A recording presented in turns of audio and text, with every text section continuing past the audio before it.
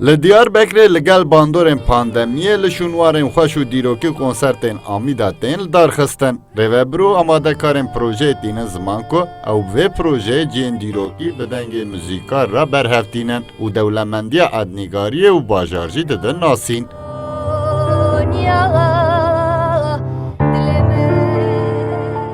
Serokê Jûra Pişesazî û Bazirganiya Diyarbekirê Mehmet Qaya balê dikşîne ku ji ber pandemiyê konsert û çalakî û şahî nikarin bên kirin û gişt baldarî û çalakî li ser înternetê ne. Qaya dazanî ku ew jî dixwazin bi vê projeyê hem konsertên online çê bikin hem jî dewlemendî, qedîmî û pirrengî û pirdengiya bajarê xwe bidin nasîn. Bu mekanların mevcut durumlarını Mexwast em li şûnwarên dîrokî û girîng yên bajarê xwe konserên li ser medyayê çêbikin û pêk ve jî wan şûnwaran û taybetiyên wan bidin nasîn. Di rastî de ji bo geştyarî bi nesaziyên me gelek qelsin û em ji bo têkûzkirina wan jî hewlan didin. Bi vê projeyê em deng û dîmenên dewlemend berhev tînin û pişt re jî em ê projeyên ji bo giştherêmê jî berfireh bikin.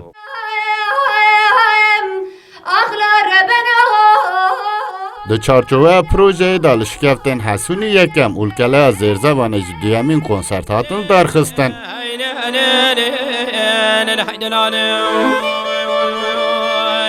û ji aliyê civakê ve jî bawayekî online baldariyeka baş hat nîşandan. Rêvebirê Ma Muzîkê ku projeyê jî bi rêve dibe Şêrko Kanîwar jî dîne ziman ku projeyên wiha ji bo naskirin û danasîna ednîgariya me gelek giring e û ew jî bi kêfxweşî her carê bi hunermendên cuda re konsertên cuda li dar dixin. Du arman cewê hene, yek jê li vî bajarî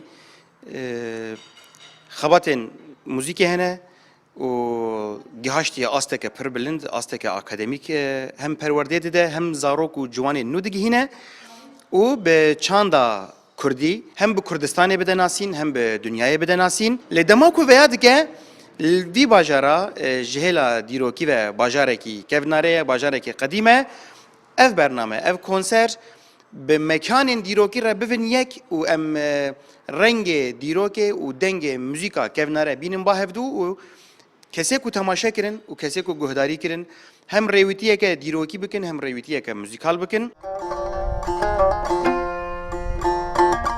Konsera duyemîn ku Keleya Zêrzewanê hat darxistin bi nûnerekî muzîka Zaravayê Zazakî Mikaîl Aslan re hatbû kirin û hat ragihandin ku dê heşt konserên din jî li xalên cudayên bajarê Diyarbekirê bên li darxistin. Siddiq Eren, Kurdistan 24, Diyarbekir.